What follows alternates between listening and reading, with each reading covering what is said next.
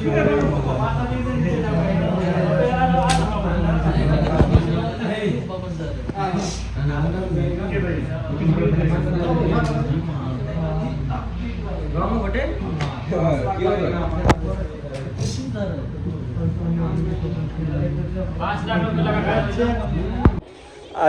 Saudi আরবের জেলখানায়, কিন্তু সমস্যা হইলো কপিলে আমার নামে মারি রেখেছে গেরামা, মানে মামলা 4,000 কিংবা 5,000 রিয়ালের মতো। এখন বাড়িতেও যাইতে পারতেছি না, আর জরিমানার টাকাও দিতে পারতেছি না।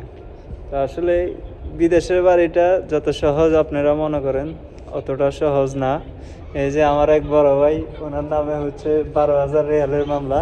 ভাই বলেন, কিছু বলেন, 1,000 রিয়াল মামলা আপনার? হ্যাঁ, কইতেন না? শরম লাগে নাকি? হ্যাঁ ভাই, আমার ইউটিউব চ্যানেল আছে, আপনি কন কিছু কইলে কন। না ভাই, আমার কিছু করার নেই। আচ্ছা ভাই, হয়তো শরম পায় নাকি আমি জানি না আসলে। তো আসলে সৌদি আরবের জেলখানা কীরকম, এই যে দেখেন আপনারা উপরে এই যে তার কাটা দিয়ে রাখছে, এইখানে তার কাটা চারিপাশে।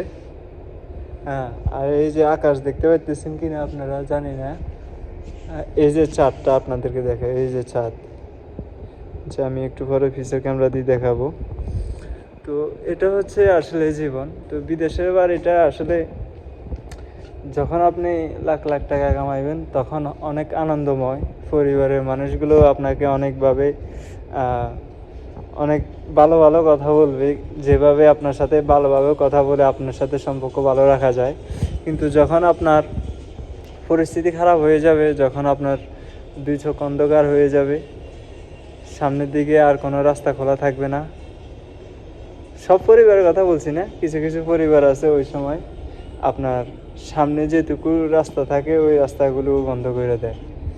তো অভিযোগ নাই আমার কারো প্রতি, সবাই দোয়া করবেন যেহেতু ভালোভাবে এই জেলখানা থেকে বাইরে হইতে পারি। তো আসলে আমার হয়তো আপনারা বলবেন জেলখানার ভিতরে তো হাতে মোবাইল দেয় না, তো আপনার হাতে মোবাইল কেন?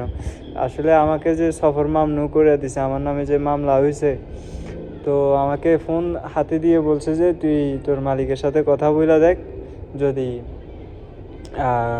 তোর মামলা টামলা উঠাই একটা ব্যবস্থা করা যায়। এই জন্য আমার হাতে মোবাইল দিছে। তো আপনাদেরকে বিস্তারিত আমি আমার কাগজের মধ্যেও দেখাইতেছি। এই যে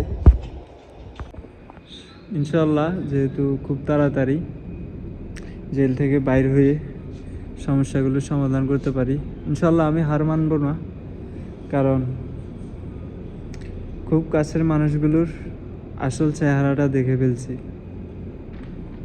জীবনে কারো উপকার ছাড়া কখনো ক্ষতি করার চেষ্টা করি নাই। আজকে আমি আমার প্রত্যেকটা কাছের মানুষকে খুব কাছ থেকে দেখে ফেলছি। তো ইনশাল্লাহ জীবনে সব কিছুর অভিজ্ঞতার একটু একটু প্রয়োজন আছে। তো এখন জেলখানার ভিতরে আছি, দেখতে পাচ্ছেন চেহারার কি অবস্থা। সব কিছুর অভিজ্ঞতারই প্রয়োজন আছে। ইনশাল্লাহ আমার জেলখানার অভিজ্ঞতাটাও হয়ে গেছে।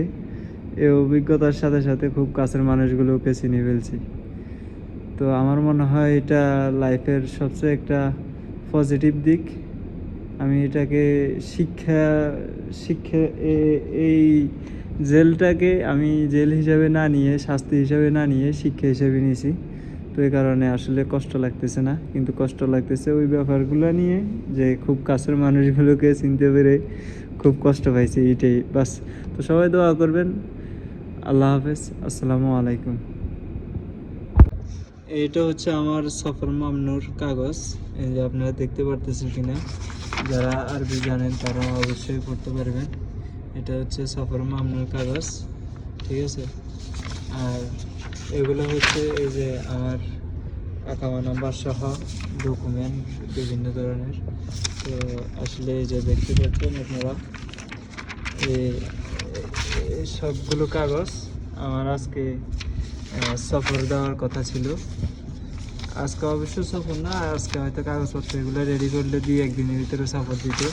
তো আমি ইচ্ছাকৃতভাবে ধরা দিই নাই, ধরা খেয়ে গেছি। আসলে কফিলের কাজ ছেড়ে গেছিলাম সবজির দোকানদারি করতে এক বন্ধুর সাথে পার্টনারে। তো এখানে ধরা খাই গেছি, কিছু করার নাই। প্রথম দিন প্রথমবার 5 মিনিটও দোকানদারি করতে পারি নাই, সিএডির কাছে ধরা খাই গেছি। তো আসলে দেখা যাক কি করা যায়, জীবনটা তো খুবই ছোট। এক জীবনে এত বেশি অভিযোগ করেও লাভ নেই। তো সবাই দোয়া করবেন, ইনশাল্লাহ